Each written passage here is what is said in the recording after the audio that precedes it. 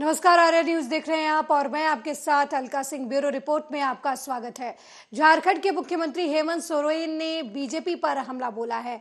उन्होंने विपक्षी दल भारतीय जनता पार्टी पर परोक्ष रूप से आरोप लगाते हुए कहा कि झारखंड में किसी आदिवासी नेता को मुख्यमंत्री के रूप में कार्यकाल पूरा नहीं करने दिया गया। राज्य में आदिवासी नेता को आगे बढ़ने से रोकने की कोशिश की जा रही है। सोरेन ने खुद को झारखंडी बताते हुए यह भी आरोप लगाया कि विपक्षी पार्टी झूठे आरोप लगाकर उन्हें मुख्यमंत्री के पद से हटाने की साजिश रच रही है। साथ ही उन्होंने बीजेपी का नाम लिए बगैर कहा कि झारखंड के पहले मुख्यमंत्री बाबूलाल मरांडी को 3 साल पूरा होने से पहले हटा दिया गया। बाद में अर्जुन मुंडा को भी 3 साल पद पर नहीं रहने दिया गया। उन्होंने कहा कि लेकिन उसी के साथ एक छत्तीसगढ़ी को मुख्यमंत्री बनाया गया और उन्हें 5 साल का कार्यकाल पूरा करने दिया गया।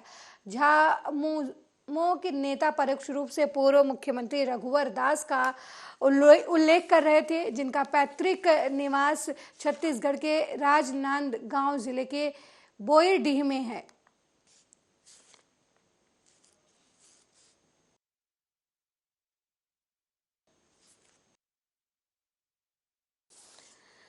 तो झारखंड के सीएम हेमंत सोरेन ने बीजेपी पर परोक्ष रूप से निशाना साधा है। उन्होंने कहा कि झारखंड में आदिवासी नेता को सीएम नहीं रहने देना चाहती बीजेपी। उन्होंने कहा कि अर्जुन मुंडा बाबूलाल मरांडी को भी 3 साल का कार्यकाल नहीं पूरा करने दिया गया।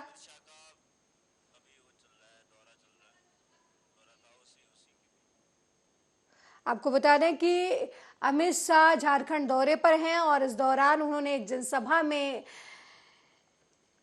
हेमंत सोरेन पर हमला किया था। उन्होंने कहा था कि हेमंत सोरेन आदिवासी क्षेत्र का डेमोग्राफी बिगाड़ने की कोशिश कर रहे हैं, बाहरी लोगों को बसाकर आदिवासी लोगों के अधिकारों का हनन कर रहे हैं, आदिवासी लोगों के साथ अत्याचार किया जा रहा है।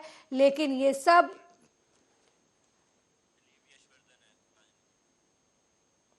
और इस खबर पर चर्चा करने के लिए हमारे साथ राजनीतिक विश्लेषक दिलीप यशवर्धन जी हमारे साथ जुड़ गए हैं। दिलीप जी, बहुत बहुत स्वागत है आपका आर्या न्यूज में। झारखंड की राजनीति में इस समय बीजेपी और झाझमो के नेता जो हैं वो आमने सामने हैं। एक तरफ बीजेपी का आरोप है कि डेमोग्राफी चेंज कर रहे हैं हेमंत सोरेन, और वहीं हेमंत सोरेन का कहना है आदिवासी नेता को काम नहीं करने दिया जा रहा है, उन्हें सीएम नहीं बनने देना चाहती बीजेपी।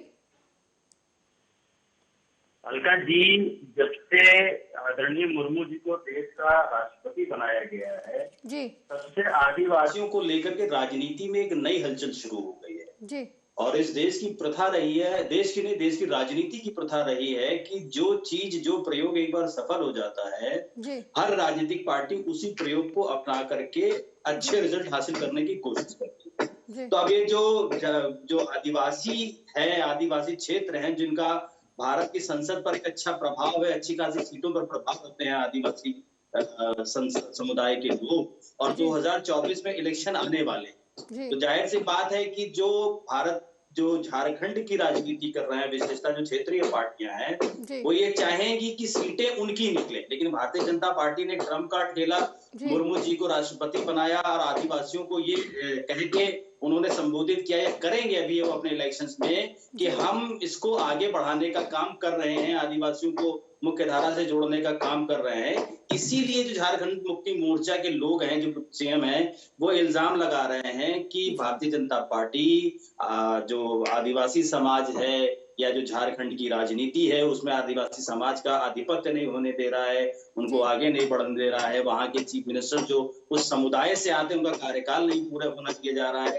तो ये एक तरीके से राजनीतिक स्टंट कह लीजिए, या राजनीतिक जो दोषारोपण होता है ये है, और इसका उद्देश्य राजनीतिक है, ना तो ये इससे आदिवासी समाज का भला होगा और ना किसी और का। जी दिलीप जी, क्या ये नहीं लगता कि जो 2024 में लोकसभा का चुनाव है और फिर विधानसभा का भी चुनाव है, इसकी वजह से जो आदिवासी मुद्दा है वो जोर शोर से दोनों पार्टियों के नेताओं की तरफ से उठाया जा रहा है?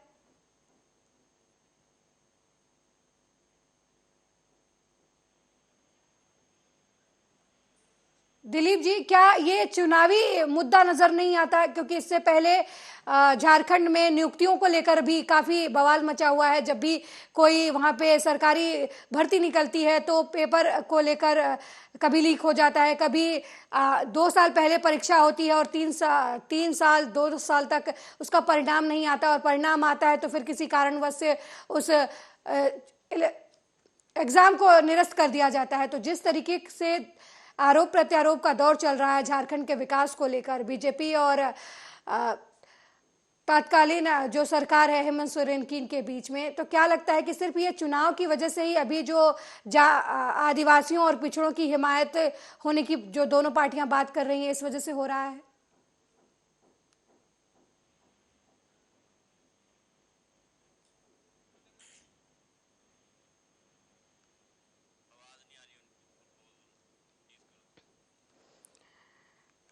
तो झारखंड में इस समय बीजेपी और झारखंड मुक्ति मोर्चा के नेता हेमंत सोरेन के बीच आमने सामने क्या वॉक युद्ध चल रहा है। आपको बता दें कि अमित शाह ने झारखंड सरकार, हेमंत सरकार के पर यह आरोप लगाया है कि हेमंत सरकार जो है वो झारखंड की डेमोग्राफी को बदलने की कोशिश कर रही है।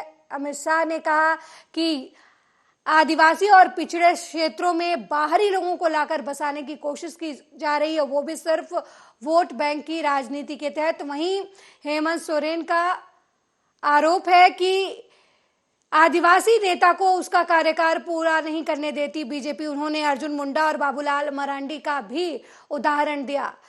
यशवर्धन जी, जिस तरीके से एक दूसरे पर आदिवासी समुदाय को लेकर, पिछड़ों को लेकर आरोप प्रत्यारोप का दौर चल रहा है, क्या आपको नहीं लगता है कि इस समय जो आदिवासियों की हिमायती होने की बात दोनों पार्टियां कर रही हैं वो सिर्फ इसलिए है क्योंकि 2024 में लोकसभा का चुनाव है और फिर विधानसभा का भी चुनाव है? जी, मैंने बताया लगभग, मुझे जहाँ तक ठीक से याद है, 40 से 42 सांसद की सीटें होती हैं जिनसे आदिवासी समुदाय का प्रभाव रहता है जी। तो ये 40-42 सीटें बहुत महत्वपूर्ण होती है संसद में अपनी मेजोरिटी को सिद्ध करने के लिए, संसद में केंद्र में सरकार बनाने के लिए। और जाहिर सी बात है भारतीय जनता पार्टी इसको प्राथमिकता देगी क्योंकि भारतीय जनता पार्टी केंद्र में सरकार है, 24 सरकार करने की पूरी उम्मीद है। और उन्होंने आदिवासी समाज को बढ़ावा दिया है मुर्मू जी को देश का राष्ट्रपति बना करके। और जब उनको कैंडिडेचर डिक्लेयर किया गया था तो बार बार इसी बात पर जोर दिया गया था कि हम आदिवासी समाज से लेकर के आ रहे हैं। और आज भी वो इस बात को कहते हैं कि आदिवासी समाज की महिला को राष्ट्रपति बना दिया गया है। तो ये जो बार बार आदिवासी समाज शब्द का इस्तेमाल किया जाता है, इसका उद्देश्य आदिवासी समाज का भला करना नहीं होता बल्कि उनके कानों तक संदेश पहुंचाना होता है कि भारतीय जनता पार्टी वो पार्टी है जो आदिवासी समाज को राष्ट्रपति के पद तक पहुंचा सकती है, या जब दोबारा से केंद्र में सरकार बनेगी तो उनको और भी राजनीतिक तरीके से लाभ दिए जा सकते हैं। जो प्रदेश की राजनीति है, जो वहां के लोकल नेता है, जो क्षेत्रीय पार्टियां हैं, वो नहीं चाहती है कि उनका वोटर किसी तरीके से किसी और पार्टी से संबद्ध हो, चाहे किसी भी कारण से हो। इसीलिए, और अगर किसी नेता का कार्यकाल पूरा नहीं होता है तो इसमें किसी दूसरी राजनीतिक पार्टी का दोष नहीं है, उसकी अपनी कमजोरियां हैं। उसका जो मेजोरिटी थी वो या तो पूरी नहीं थी, या अगर मेजोरिटी पूरी थी तो उसके नेता इतने कमजोर थे कि वो टूट करके दूसरी पार्टी में चले गए। तो जो राजनीतिक पार्टियां हैं वो तो उनका सरकार बनाना उनके उद्देश्य से होता है और वो अपने उद्देश्य के लिए राजनीति में कुछ भी करते हैं। ऐसा पहली बार नहीं हुआ, कई प्रदेशों में हुआ, बिहार में, महाराष्ट्र में भी हुआ था, गोवा में भी करने की कोशिश करी गई थी।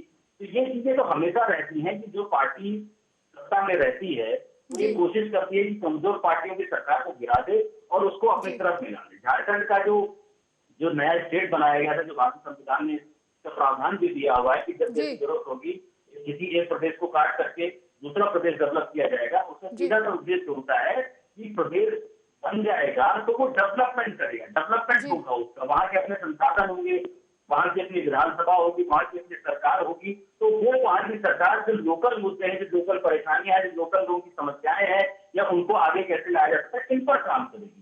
तो अगर झारखंड से अलग बन जाने के बाद भी आदिवासी समाज का उत्थान नहीं हो पा रहा है तो ये एक विशेष ध्यान देने वाली बात है कि क्यों नहीं हो पा रहा है। अगर उसी संदेश पर की राजनीति करी जा रही है तो इसका मतलब प्रदेश का बनाना और उसको न खिला पाना या उसको आदिवासी समाज को आगे न लेकर के आ पाना, ये कहीं ना कहीं सिर्फ राजनीतिक स्टैंड था प्रदेश बनाने से कोई फर्क नहीं पड़ा। जी, यशवर्धन जी, आपको क्या लगता है कि झारखंड की जो स्थिति है विकास के मामले में, अभी भी झारखंड में आदिवासी बाहुल्य इलाके जो हैं, जो पिछड़ी जातियां हैं, उनके जीवन स्तर में सुधार लाने की बहुत ज़रूरत है, लेकिन क्या वजह रहती है कि सिर्फ जो राजनीति होती है वो इलेक्शन के समय जातिगत मुद्दों पर सीमित रह जाती है, जबकि झारखंड विकास के नाम पर अलग हुआ था बिहार से, लेकिन वो जो जिस विकास की चाहत झारखंड को थी वो अभी तक मिल नहीं पाई है। एक तरह अमित शाह कहते हैं कि अटल बिहारी वाजपेयी ने जिस सपने के साथ झारखंड को नया राज्य बनाया था उससे कोसों दूर है, जबकि बीजेपी भी उसी राज्य में कई बार अपनी सरकार बनाती है। देखिए, झारखंड जो है वो आदिवासियों का ही एक तरीके से प्रदेश कहा जाता है, और वहां पर लगभग 32 ऐसे ट्राइबल ग्रुप हैं जो आदिवासी कैटेगरी में आते हैं, और इनका उत्थान उस तरीके से या उस स्पीड में नहीं हो पाया जिस स्पीड से उनकी करी जा रही थी। और देखिए, विस्तार होगा भी नहीं, क्योंकि इस देश की अगर राजनीति का आप इतिहास खोजेंगे तो राजनीति का इतिहास उन्हीं कंधों पर टिका है जिन कंधों पर आज टिका हुआ है। पिछड़ों को आगे लेकर के आना, रिजर्वेशन के माध्यम से उन्हें मुख्य धारा से जोड़ना, प्रदेश को अलग बनाकर के उनका डेवलपमेंट करना, या उनमें से किसी एक को उच्च पद पर बैठा करके उसके कंधे पर रख राजनीति करना। तो कुल जो प्रभुत्व होता है वो राजनीति का ज्यादा होता है, न कि सामाजिक डेवलपमेंट का।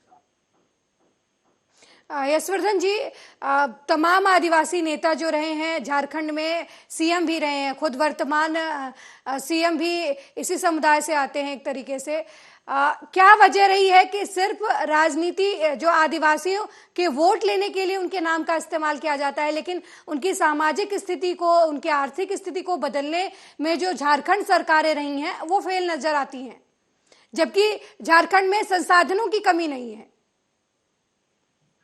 देखिए, ये बातें जो हैं वो उन समुदाय को समझने की जरूरत है जिनका वोट लेकर के सरकारें बन जाती हैं, जिनका वोट लेकर के राजनीतिक पार्टियां खड़ी हो जाती हैं। और राजनीतिक पार्टियों की जब शुरुआत होती है उनके खजाने में 1 रुपया भी जमा नहीं होता है, और समय के साथ साथ वो करोड़ों के, हजारों करोड़ के, सैकड़ों करोड़ के मालिक बन जाते हैं। उनकी पार्टी फंड में इतना करोड़ रुपया आ जाता है, लेकिन जिनकी वजह से आता है, जिनके नाम पर आता है, उनका भला नहीं हो पाता है। ये बात इस देश के वोटर को समझने की जरूरत है कि हमारे नाम पर राजनीति खड़ी हो जाती है लेकिन हम कभी नहीं खड़े हो पाते। उसका कारण क्या है? देखिए, लिटरेसी जो एजुकेशन है, जो लिटरेसी रेट है वो हमारे देश में बहुत कम है। और झारखंड वैसे भी आदिवासी एरिया है, आदिवासियों का ज्यादा वहाँ पे पॉपुलेशन है, तो वहाँ एजुकेशन की आज भी कमी है। वहाँ जो बेसिक एम्यूनिटीज होती है, उस बेसिक एम्यूनिटीज में मैं सबसे पहले एजुकेशन को रखता हूँ। एजुकेशन की सबसे ज्यादा कमी है, और एजुकेशन की कमी होने का कारण ही है कि लोग अपने वोट डालने के अधिकार को तो जानते हैं, लेकिन वोट डालने के बाद उनके पास क्या अधिकार है या उन्हें अपने जनप्रतिनिधि से क्या क्या अधिकार लेने का हक है, इन बातों को वो नहीं जानते। प्लस जाति के नाम पर देश की जनसंख्या एक तरफ मुड़ जाती है। किसी नेता ने अगर जाति का बीड़ा उठाती है कि हम इस जाति का भला करेंगे, और उस जाति का नेतापन जो बढ़ गया, तो उस जाति के सारे लोग इस बात को सोचे बिना कि हमारा भला करेगा या नहीं करेगा, अपना भला करेगा, उसको जाति के नाम पर सपोर्ट करना शुरू कर देते हैं, वोट देना शुरू कर देते हैं। नेता बनता है, पार्टियां बनती है, सरकारें बनती है, लेकिन जिनकी वजह से जिनके नाम पे बनती है वो वहीं के वहीं रह जाते हैं। ये इस देश की जनसंख्या को समझने की जरूरत है, और वो समझ तब पाएंगे जब इस देश में एजुकेशन पर ज्यादा जोर होगा, जो सरकारें राजनीतिक पार्टियां कभी नहीं करती। जी, यशवर्धन जी, जिस तरीके से बीजेपी लगातार जो है, खुद अमित शाह जो हैं वो आदिवासियों की बात कर रहे हैं, वो कह रहे हैं कि आदिवासी क्षेत्र के जो डेमोग्राफी को चेंज कर रही है, तो क्या पिछली बार जिस तरीके से रघुवर दास को गैर आदिवासी समुदाय से लाकर उन्हें सीएम बनाया, उनका 5 साल का कार्यकाल पूरा किया, लेकिन अब जो आदिवासी समुदाय की बात की जा रही है, तो क्या एक बार फिर मान लिया जाए कि बीजेपी जो है एक बार फिर से आदिवासी वाले ट्रैक पे जो उसका पहले का स्टैंड था उस पर फिर से वापस आती नजर आ रही है? वापस ये जो ट्रैक से कभी हटी ही नहीं। समय मैंने कहा ना कि आप अभी थोड़े दिन पहले जब राष्ट्रपति के चुनाव हुए थे, उस दौरान जब आदरणीय मुर्मू जी को राष्ट्रपति की कैंडिडेट बनाया गया था, तो उस समय आदिवासी तत्व पर बहुत ज्यादा जोर दिया गया था, और भारतीय जनता पार्टी के द्वारा दिया गया था, और मीडिया में इस बात को पूरा प्रचारित किया गया था कि आदिवासी समाज की महिला को देश का राष्ट्रपति बनाया जा रहा है, और वो क्रेडिट भारतीय जनता पार्टी में लेने की कोशिश करी थी, और पूरा मिला भी था उनको। और वो क्रेडिट जो उन्होंने तब छीन लिया था उसका रिजल्ट हमको आज भी देखने को मिलेगा, आने वाले चुनाव में भी देखने को मिलेगा। और इस बात को अभी जो और ज्यादा जोर तरीके से भारतीय जनता के सामने रखेंगे कि हम ही वो लोग हैं जो आपको यहाँ से निकाल करके वहां तक पहुंचा सकते हैं। मतलब कि आप अपने गांव से निकल करके इस देश की संसद तक पहुंच सकते हैं, इस देश की राजनीति का हिस्सा बन सकते हैं, इस देश के जो जो सिस्टम है उस सिस्टम का हिस्सा बन सकते हैं। और इस बात पर पूरा जोर दिया जाएगा और यही प्रलोभन वहां को दिया जाएगा। और वहां के जो नेता है जो उनका प्रतिनिधित्व करते हैं उस जाति का, उस समुदाय के लोगों का, उनको कॉन्फिडेंस में दिया जाएगा। वो लोग अपने वोटर को कॉन्फिडेंस में देंगे और ये प्रोसेस बनेगा और इस प्रोसेस का फायदा भारतीय जनता पार्टी उठाएगी। दिलीप जी, जिस तरीके से हेमंत सोरेन बीजेपी पर आरोप लगा रहे हैं कि किसी भी आदिवासी को उसके 5 साल का कार्यकाल पूरा करने नहीं दिया गया बीजेपी की तरफ से, तो आपको क्या लगता है कहीं ना कहीं हेमंत सोरेन को भी ये डर है कि उनके पार्टी के नेताओं में फूट डालकर बीजेपी जो है उनकी सत्ता को वापस अपनी तरफ ला सकती है? देखिए, जब कोई व्यक्ति हार जाता है जी तो ये नहीं कहता है कि मैं कमजोर हूँ, वो कहता सामने वाला ताकतवर।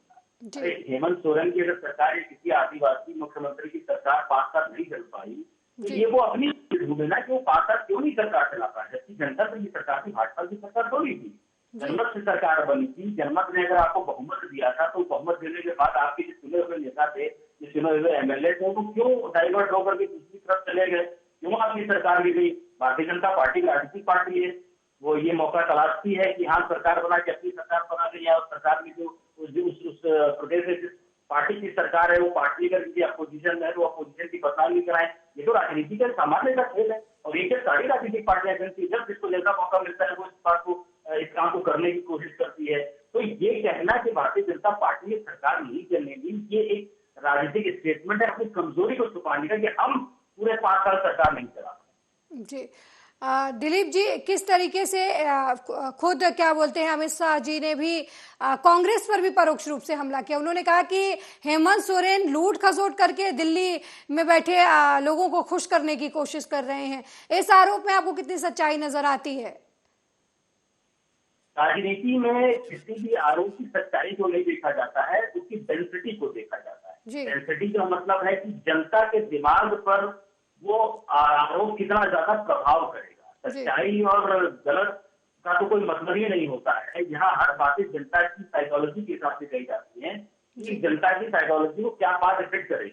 अगर भारतीय जनता पार्टी का ये स्टेटमेंट उनको लगता है कि वहां की जनता को हिट करेगा तो वो स्टेटमेंट को 1 बार 2 बार और बार दोहराएंगे, 2024 तक इस बात को कई बार रिपीट करेंगे, ताकि वहां की जनता को ये लगे कि जो उनका लोकल नेता है वो उनको वो नहीं दे सकता है या नहीं दे पा रहा है जो उनको सरकार से चाहिए, और वो सारी चीजें भारतीय जनता पार्टी उनको देगी। जी बहुत बहुत धन्यवाद दिलीप यशवर्धन जी हमसे इस चर्चा में जुड़ने के लिए।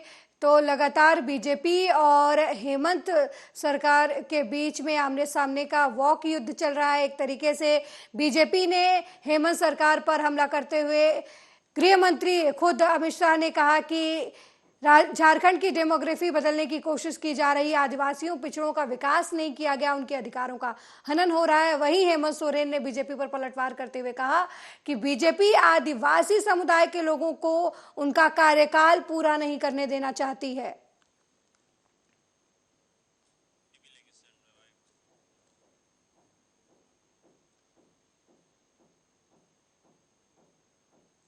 पाकिस्तानी सैन्य तानाशाह जनरल परवेज मुशर्रफ का दुबई में निधन हो गया। वो लंबे समय से बीमार चल रहे थे।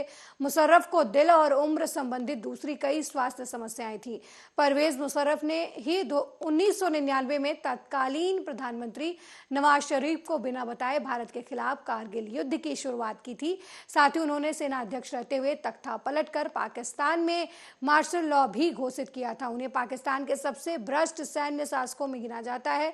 दावा यह भी किया जाता है कि परवेज मुशर्रफ के कारण भारत और पाकिस्तान में दुश्मनी और ज्यादा गहरी हो गई थी।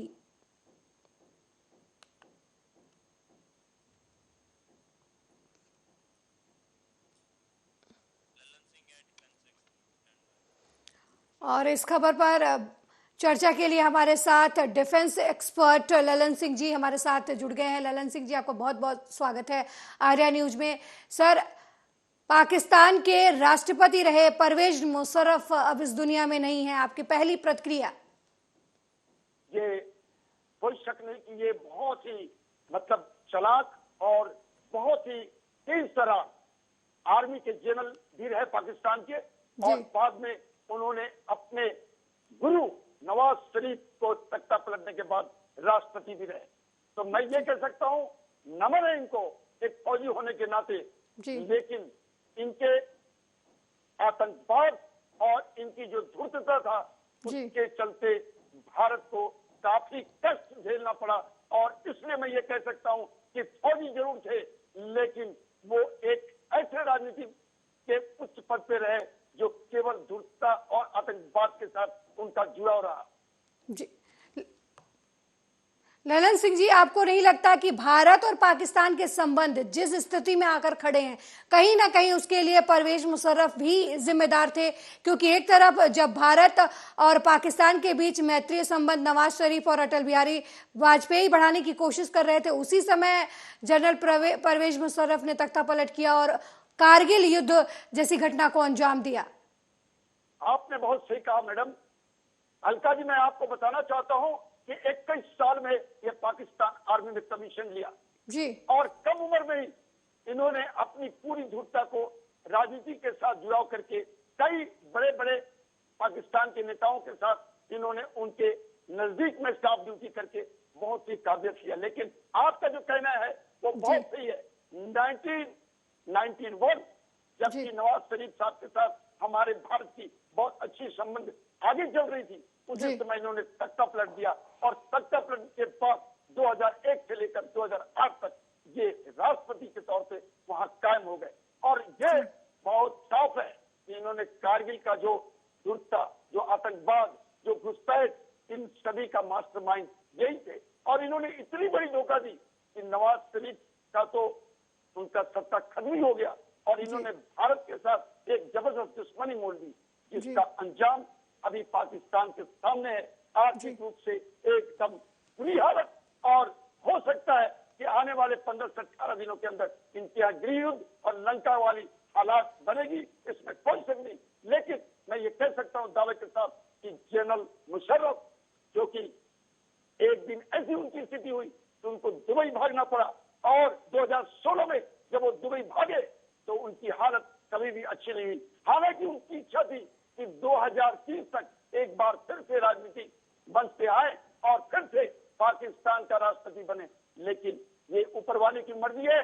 उनका आज 79 उम्र के अंदर उनका निधन हो गया। हालांकि वो लंबे समय से किडनी और लीवर के बीमारियों से ग्रस्त थे। मगर एक बात मैं कहना चाहता हूँ, उस कारगिल का मास्टरमाइंड जो हमें बहुत जबरदस्त धोखा दिया था, दुनिया के सबसे हाइट वाले लड़ाई को भारत में बड़ी ताकत के साथ, बड़े जज्बा के साथ हमारे वीरों ने जीता। लेकिन आज एक बात मैं फौजी होने के नाते अलका जी आपके माध्यम से बोलना चाहता हूँ। आज एक हमारे एक बड़े नेता ने, किसी भी दल के हो, शशि थरूर, जो कि बहुत पढ़े लिखे लोग हैं, उन्होंने उनको, मैं तो विलन बोलता हूँ, उनको इन्होंने एक शांति दूत कहा है और उनको बहुत स्मार्ट बताया है और उनके लिए तारीफ का एक पुल बांधा है। कोई शक नहीं, हमारे सिविलाइजेशन में निधन के बाद किसी भी, चाहे वो कैसा भी हो, उसको बेहतर बताना ही बहुत संस्कृति का एक हमारा मूल मंत्र है। लेकिन उस विलेन को, जिसने हमारे कारगिल के अंदर बहुत बड़ा नुकसान का सोचा था, लेकिन अपने मात खा गया, उसके बारे में किसी तरह का रिमार्क हमारे सादत को तकलीफ देता है। जी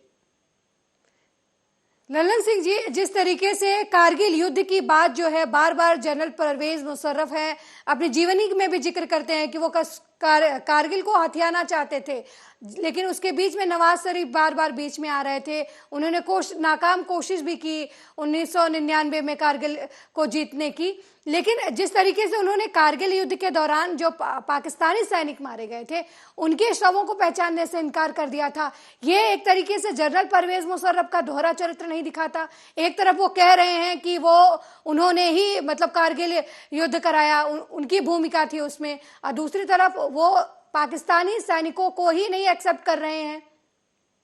वो अलका जी इस तरह के धूर्त जनरल थे कि उन्होंने कई स्टेटमेंट, हमारे भारतीय मीडिया को भी उन्होंने इंटरव्यू साक्षात्कार में बोला कि हमारा ISI और आपका रॉ जो है हमेशा ये सब हरकतें करते हैं। और उन्होंने माना भी कि मैं मास्टरमाइंड था, लेकिन पलटने में उनको ध्यान में देरी नहीं लगती। और उन्होंने कहा कि हम मुल्क और आवाम के लिए इन सभी चीजों को किया। लेकिन सवाल इस बात का है कि फौजी चाहे वो जनरल बने या सिपाही रहे, वो इस तरह की धूर्तता नहीं करता। और आपने बहुत सही कहा, उन्होंने अपने सौ को पहचानने में भी मतलब आनाकानी किया, असमंजस की स्थिति पैदा की। लेकिन हमारे तरफ से हम लोगों ने पूरी तौर पे उसको सम्मान के तौर पे जो कि जेनेवा के अंदर की जाती है वो किया। लेकिन सबसे बड़ी बात कि जो जनरल मुशर्रफ थे, उन्होंने कभी भी ईमानदारी से आर्मी के पद को सुशोभित नहीं किया।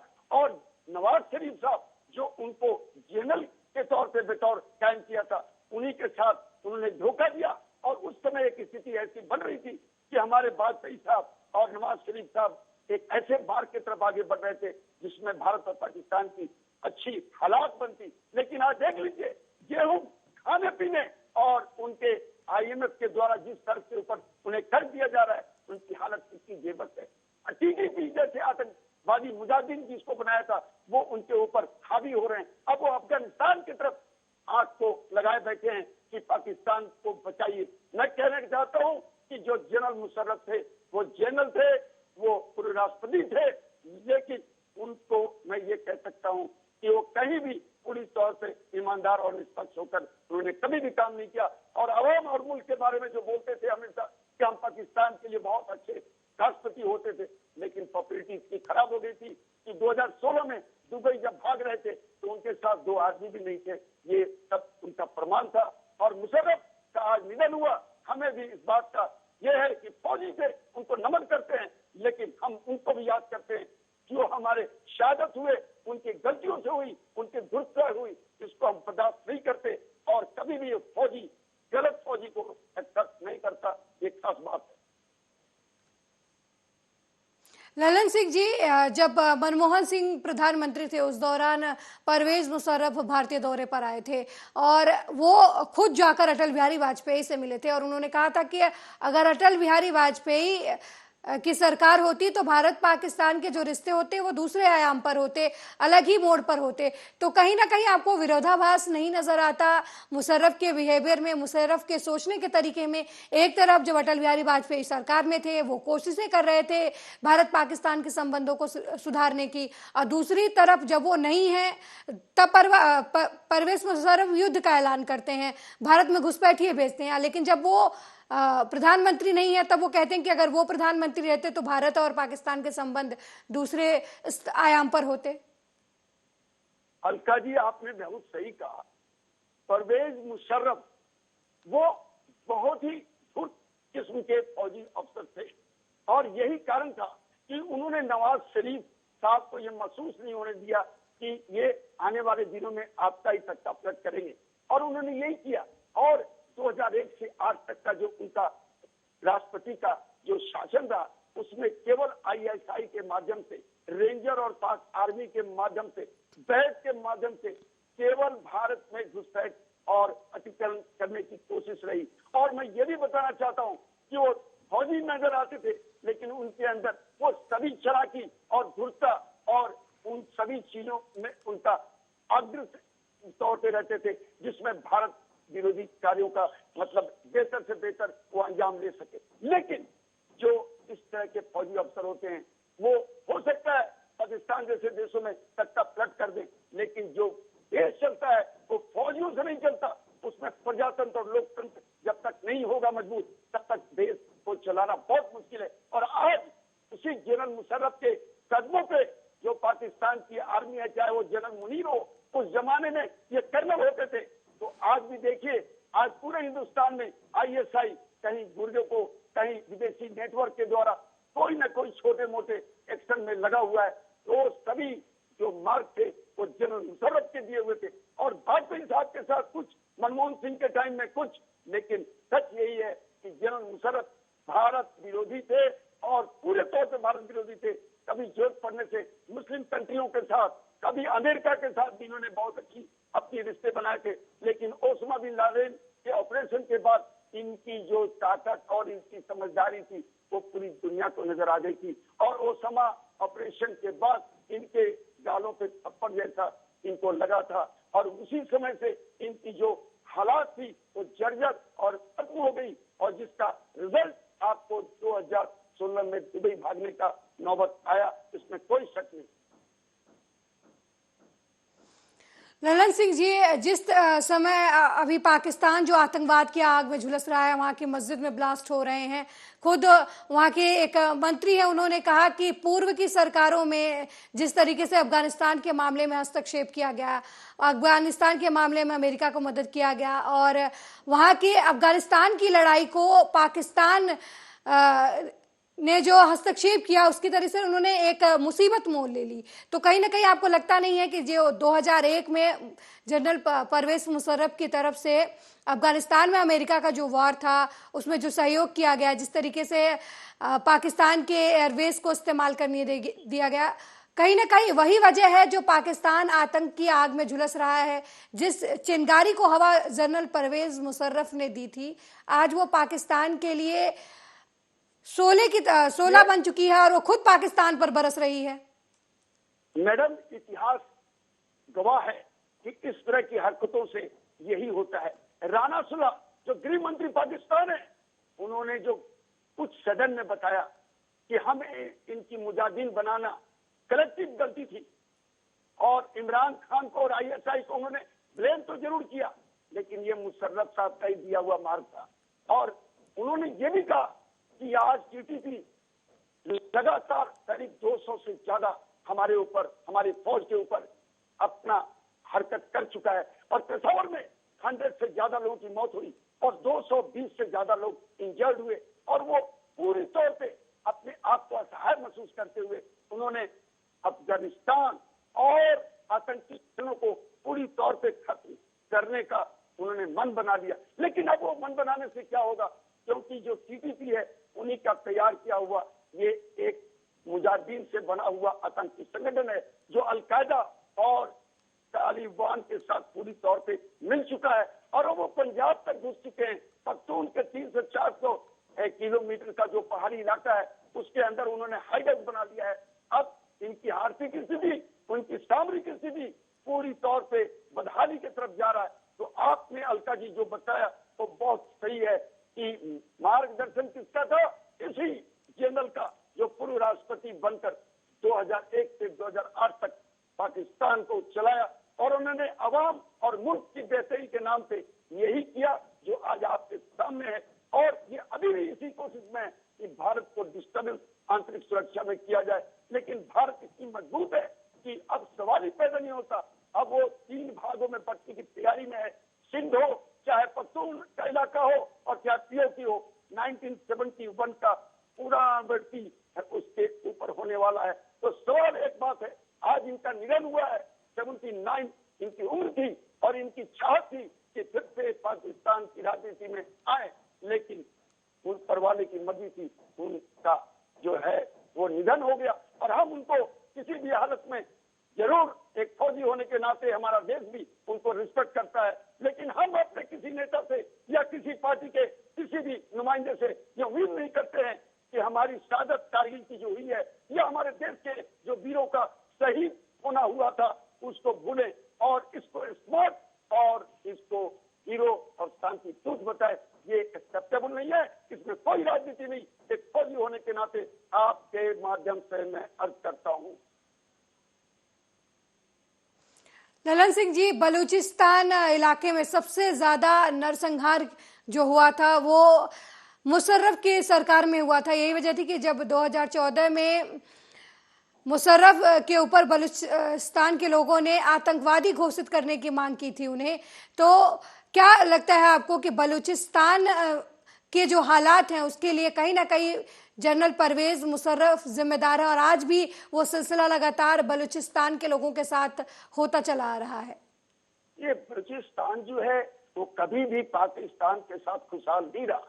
वहाँ की जो खनिज है, वहाँ की जो बेशकीमती उनके भंडार हैं, उसका सबका गलत इस्तेमाल, और चीन जैसे देश का उसके ऊपर पूरी तौर पे अब बोलिए कब्जा ही मान के चलिए।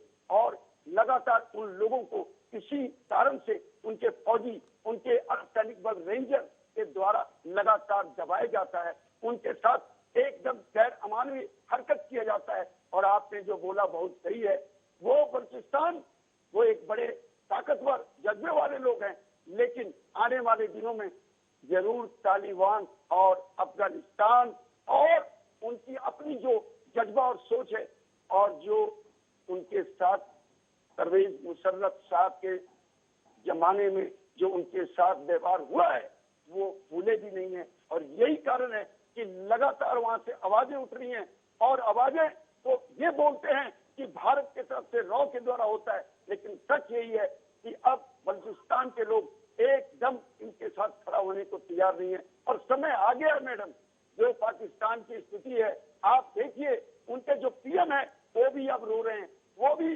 लड़ाइयों से दूरी रखना चाहते हैं। उन्होंने ये भी बोला है एक इंटरव्यू में कि चाहे वो 65 हो, 71 हो या कारगिल युद्ध हो, किसी में हमारे पाकिस्तान को फायदा नहीं हुआ। लेकिन मुशर्रफ का सोच यही था कि कारगिल के माध्यम से हम दिल्ली पहुंचेंगे, और उन्होंने बोला भी था एक इंटरव्यू में, और उसका रिजल्ट परिणाम सामने है। आज का वर्तमान पाकिस्तान पूरी तौर पे अब तबाही के रास्ते पे है, और हो सकता है कि 18 दिनों में जब उनकी विदेशी मुद्रा लगभग खत्म हो रही है और IMF उनको इतनी कड़े शर्त पे उनको कर्ज देने को तैयार हो रहा है, और अमेरिका तो इनसे दूरी बनाने की कोशिश कर रहा है, क्योंकि एक जमाने में अमेरिका इससे फायदा उठाता था, लेकिन अब वो स्थिति नहीं है। अभी कभी पूर्व प्रधानमंत्री इमरान, कभी आज के वर्तमान प्राइम मिनिस्टर और विदेशों में रह के नवाज शरीफ, तीनों एक दूसरे के ऊपर ब्लेम कर रहे हैं। लेकिन परवेज मुशर्रफ बहुत खतरनाक तानाशाह थे, और वो फौजी कम और धुर्त राजनीतिक बनने की कोशिश में अपने को भागने की भी नौबत कर ली है, और आज उनका निधन हुआ है। तो पाकिस्तान को समझना है कि ऐसे नेताओं, ऐसे पूर्व राष्ट्रपति, इन्होंने पाकिस्तान को क्या प्रदान किया, और भारत के लिए ये सरदर्द थे, और सरदर्द कभी भी अपने पीढ़ियों को छोड़ जाता है आगे भी भविष्य खराब करने के लिए। तो इनके ऊपर सख्त और सजग रहना भारत के सुरक्षा बलों और सरकार के द्वारा निहायत जरूरी है। ललन सिंह जी, जिस तरीके से एक जनरल, फिर राष्ट्रपति, और उसके बाद उसी राष्ट्रपति को सजाए मौत, आपको क्या लगता है कि जनरल परवेज मुशर्रफ की जो नीतियां थी, जो उनके कार्य थे, उनके काम करने का तरीका था, उसका जो नतीजा मिला उन्हें, वो सही है अंजाम उनका? क्योंकि अपने आखिरी दिनों में वो पाकिस्तान में आने के लिए भी तरस रहे थे, लेकिन मौत के डर से वो नहीं आ रहे थे। जो पाकिस्तान बार बार भारत में मौत के तांडव के ख्वाब देखता था, जो जनरल परवेज मुशर्रफ कश्मीर को भारत से अलग करने के सपने देखते थे, आखिरी पलों में वो अपनी ही जमीन से बेगाने कर दिए गए थे। अलका जी, कितनी दुखद बात है। एक फौजी जिस देश में पैदा होता है उस देश में कितनी सम्मान होती है। आप सोचिए कि वो आदमी तरस गया अपने देश में आने को, राष्ट्रपति भी रहे, जनरल भी रहे, और 21 साल से उन्होंने वर्दी पहनी थी उस देश के लिए मर मिटने को। लेकिन हालात इतनी बदतर क्यों हुई?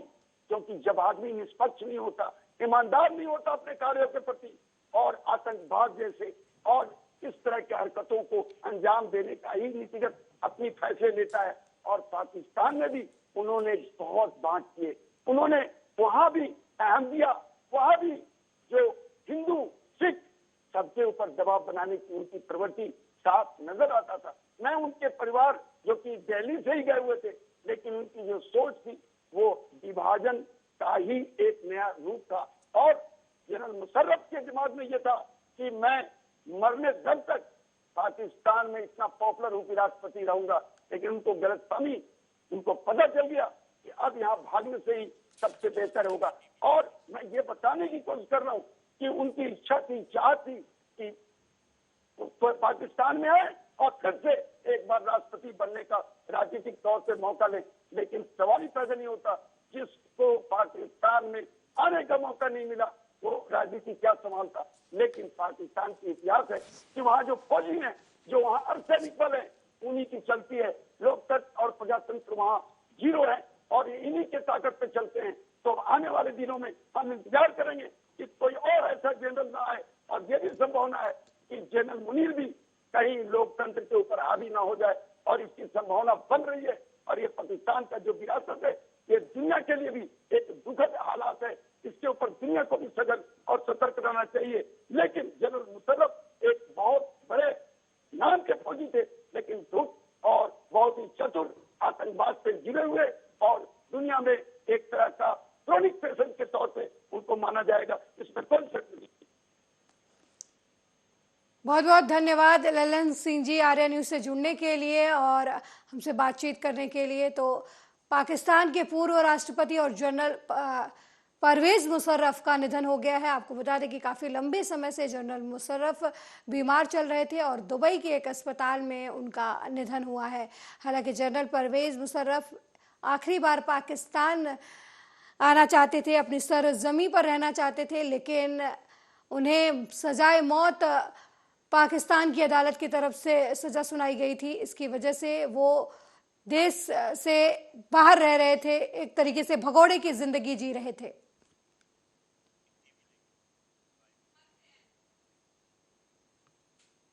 वहीं उत्तर प्रदेश के लखनऊ में all India Muslim personal law board की एग्जीक्यूटिव बोर्ड की बैठक हो रही है। बैठक में मुस्लिम पर्सनल लॉ बोर्ड की तरफ से सामान्य नागरिक संहिता पर रणनीति बनाई जाएगी। इस बैठक में मुस्लिम पर्सनल लॉ बोर्ड शरीयत पर हो रहे हमले और पूजा स्थल पर कानून की अनदेखी पर चर्चा करेगा। इसके साथ ही बैठक में ज्ञान व्यापी और मथुरा मामले को लेकर भी चर्चा हुई। आपको बता दें कि ये बैठक संपन्न हो गई है। बैठक की अध्यक्षता मौलाना राबे हसनी ने की है। आपको बता दें कि इस बैठक में मुस्लिम पर्सनल लॉ बोर्ड के ज्ञान व्यापी मंदिर और मथुरा को लेकर भी चर्चा हुई। वर्शिप एक्ट को लेकर भी चर्चा हुई कि किस तरीके से मुस्लिम समुदाय अपना पक्ष रखे और अपने पक्ष को मजबूती से न्यायालय के समक्ष रखे और इस मुद्दे पर अपने स्टैंड को किस तरीके से देखे, किस तरीके से ये लड़ाई लड़े। इस मुद्दे पर जो है चर्चा की गई। आपको बता दें कि इस बैठक में AIMIM के अध्यक्ष असदुद्दीन ओवैसी भी शामिल हुए।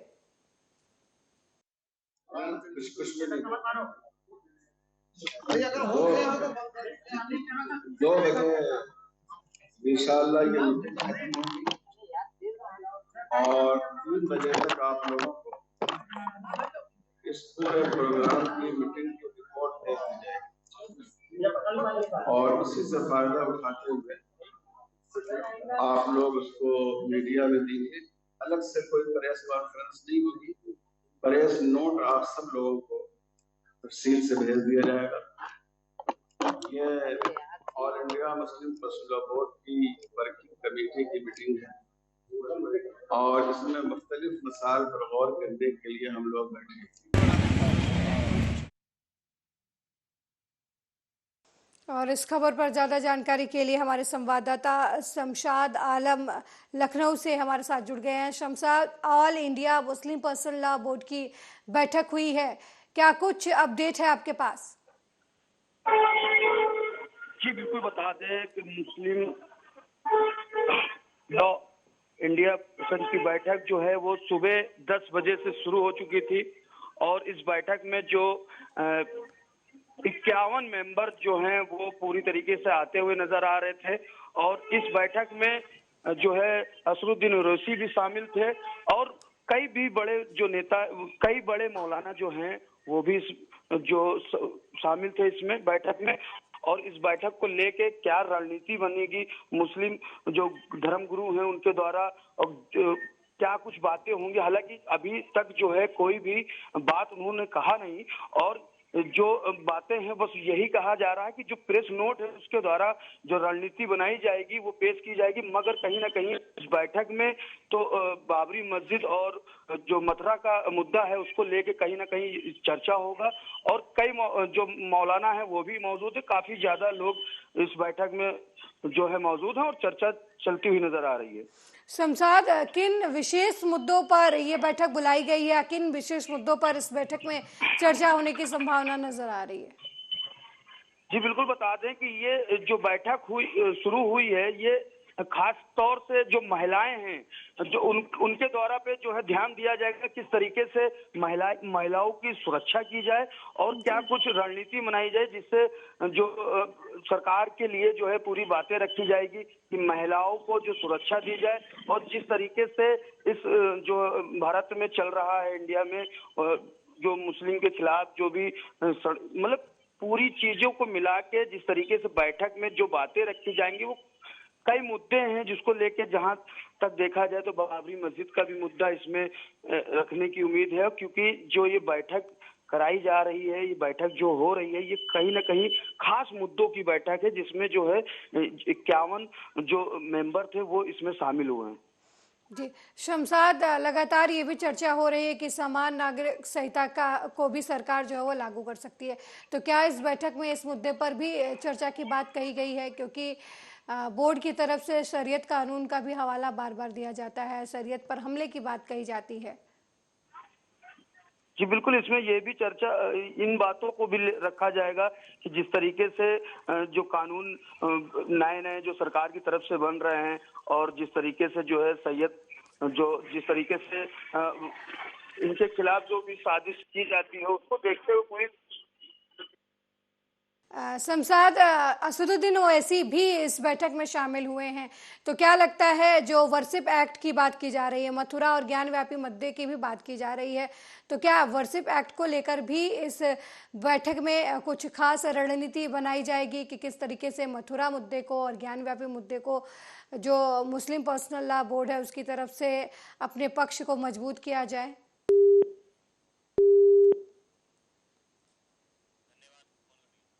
बहुत बहुत धन्यवाद शमशाद इस खबर पर जानकारी देने के लिए। तो मुस्लिम पर्सनल लॉ बोर्ड की बैठक जो है, all India Muslim personal law board की बैठक जो है वो संपन्न हो गई है। बैठक में ज्ञानव्यापी मुद्दे से लेकर समान नागरिक संहिता कानून जो सरकार लाने की बात कर रही है या बात चल रही है पार्टियों की तरफ से, उसको लेकर भी चर्चा की गई। आपको बता दें कि इस बैठक में तमाम मुस्लिम नेता शामिल हुए। आईएम के अध्यक्ष असदुद्दीन ओवैसी भी इस बैठक में शामिल हुए हैं।